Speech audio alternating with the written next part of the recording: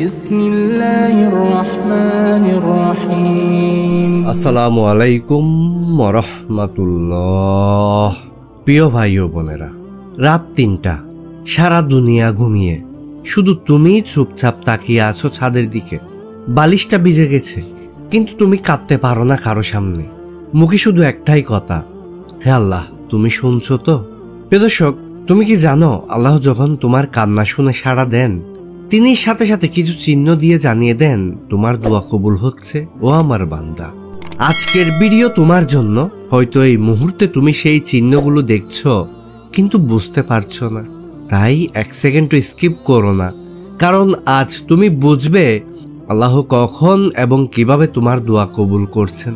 প্রিয় দর্শক, তুমি কি কখনো এমন অবস্থায় পড়েছো যখন মনে হয়েছে সবাই দূরে সরে গেছে, শুধু আল্লাহই আছেন?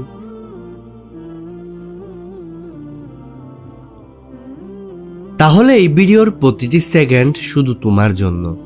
দোয়া কবুল হওয়ার চিহ্নগুলো এতটাই স্পষ্ট, যদি তুমি আজ বুঝে ফেলো, তবে হয়তো আজ রাতেই তোমার শেষ কান্নার রাত হবে। এবং 6 নাম্বার চিহ্নটি অত্যন্ত গুরুত্বপূর্ণ। আসুন জেনে নিই সেই 6টি অলৌকিক নিশানা কি।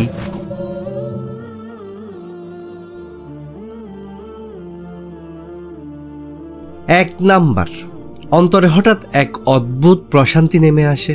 প্রিয় দর্শক, একজন মানুষ যখন আল্লাহর কাছে কান্না করে, তার দোয়া যখন আসমানের সাথে স্তর ভেদ করে আকাশে উঠে, তখন প্রথম যে জিনিসটি পৃথিবীতে নামে তা হলো সুকুন। একটা অদ্ভুত শান্তি, যেটা টাকা দিয়ে কেনা যায় না, মানুষের কথাই বোঝানো যায় না। এই শান্তি হচ্ছে প্রথম নিশানা আল্লাহ তোমার দোয়া কবুল করেছেন। আল্লাহ সুবহানাহু ওয়া তাআলা সূরা রাত আয়াত নাম্বার 28 বলেন, জেনে রাখো আল্লাহর স্মরণে অন্তর প্রশান্তি লাভ করে। এক হাদিসে এসেছে, যখন বান্দা তার রবের প্রতি ভরসা করে, আল্লাহ তার অন্তরে শান্তি পাঠান।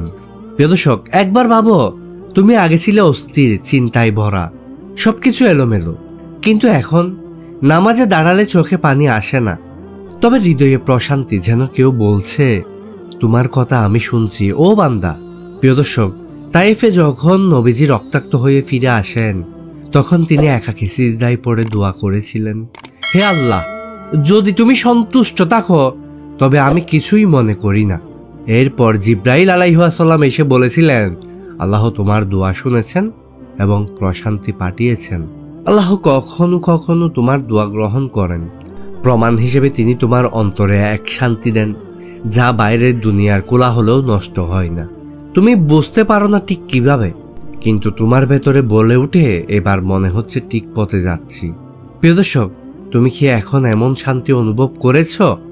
যদি হ্যাঁ, তবে কমেন্টে লিখো, আমার অন্তরে সুকুন নেমে এসেছে, আলহামদুলিল্লাহ। 2 নাম্বার, পাপের প্রতি ঘৃণা ও তওবার প্রতি টান জন্ম নেয়। প্রিয় দর্শক, এই লক্ষণটা ভয়ঙ্কর সুন্দর। যখন তোমার দোয়া কবুল হয়, আল্লাহ তোমাকে প্রথমে যে জায়গায় নিয়ে যেতে চান তা হলো তাওবা। তুমি আগেও অনেক ভুল করেছ, হয়তো গুনাহে ডুবেছিলে, ঠিক এখন মনে হয় আল্লাহ আমাকে ক্ষমা করবেন তো? এটাই ঈমানের জাগরণ।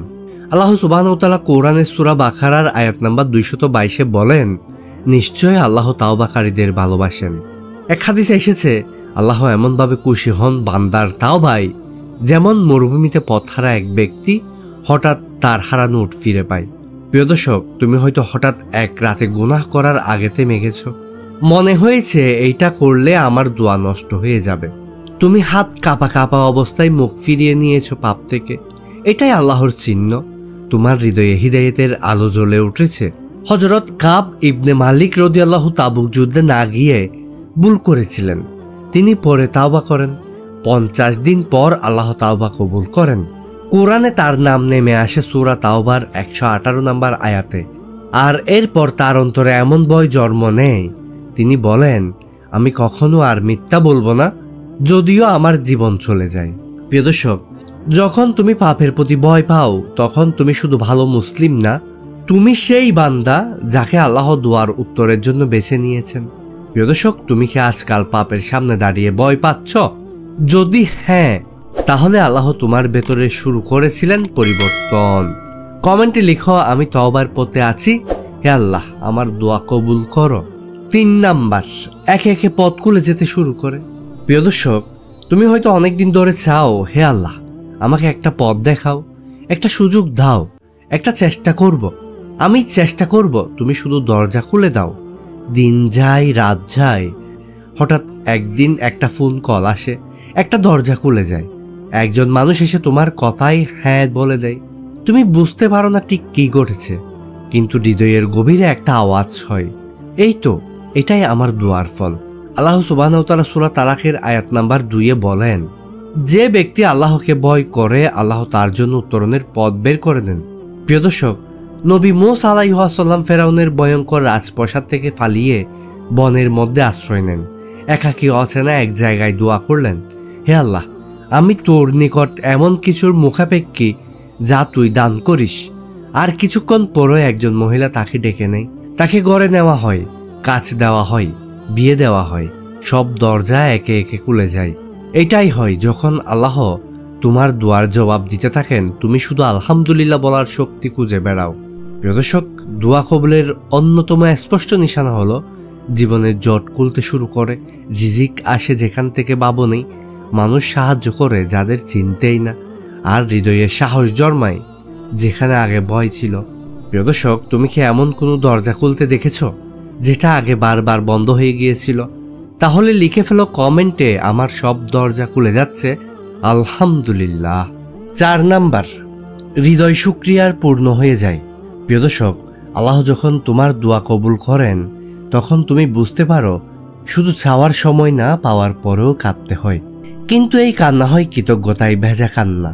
তুমি হঠাৎ একদিন আবিষ্কার করো, নাস্তার পরেও বলো আলহামদুলিল্লাহ, একটু হাওয়া বইলেই বলো সুবহানাল্লাহ, একটি ভালো খবর শুনলেই বলো ইয়া আল্লাহ তুমি করেছো।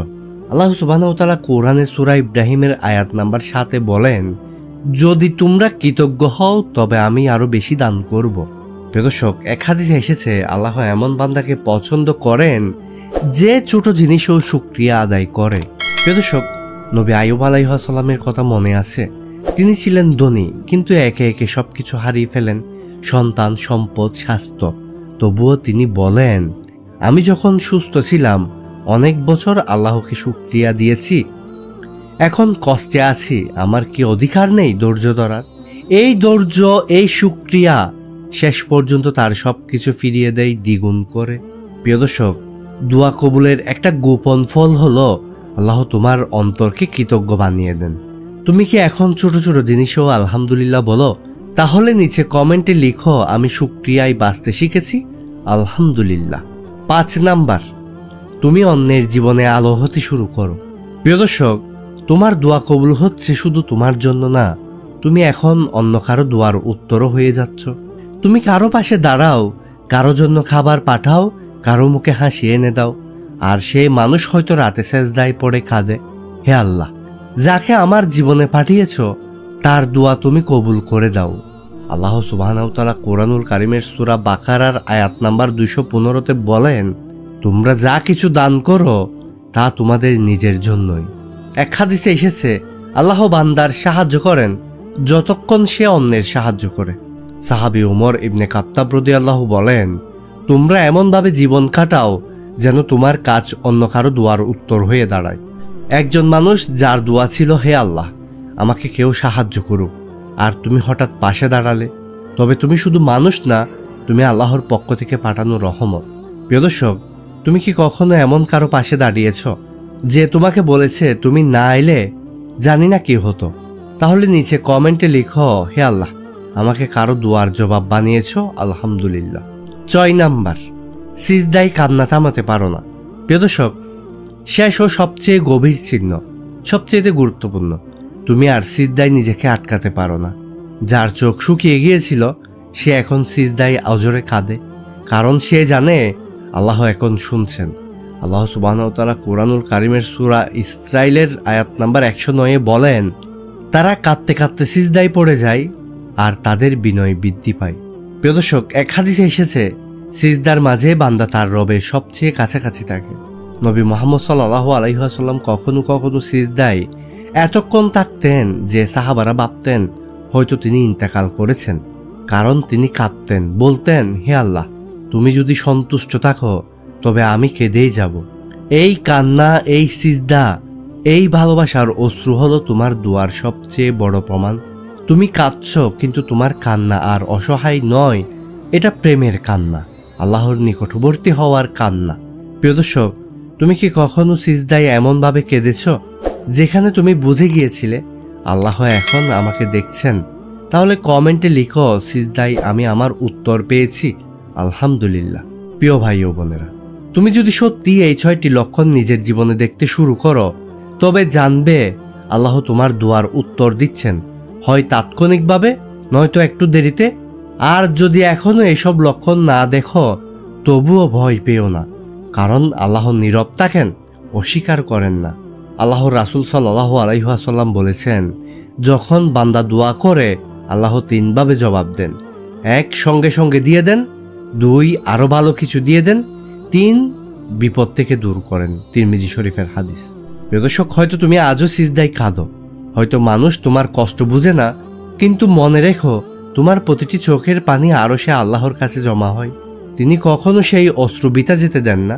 প্রিয় দর্শক, সূরা কাফের আয়াত নাম্বার 109 বলা হয়েছে, আমার রবের বাণী লিখতে হলে যদি সমুদ্র কালে হয় তবে সব সমুদ্র ফুরিয়ে যাবে, কিন্তু আল্লাহর দয়া শেষ হবে না।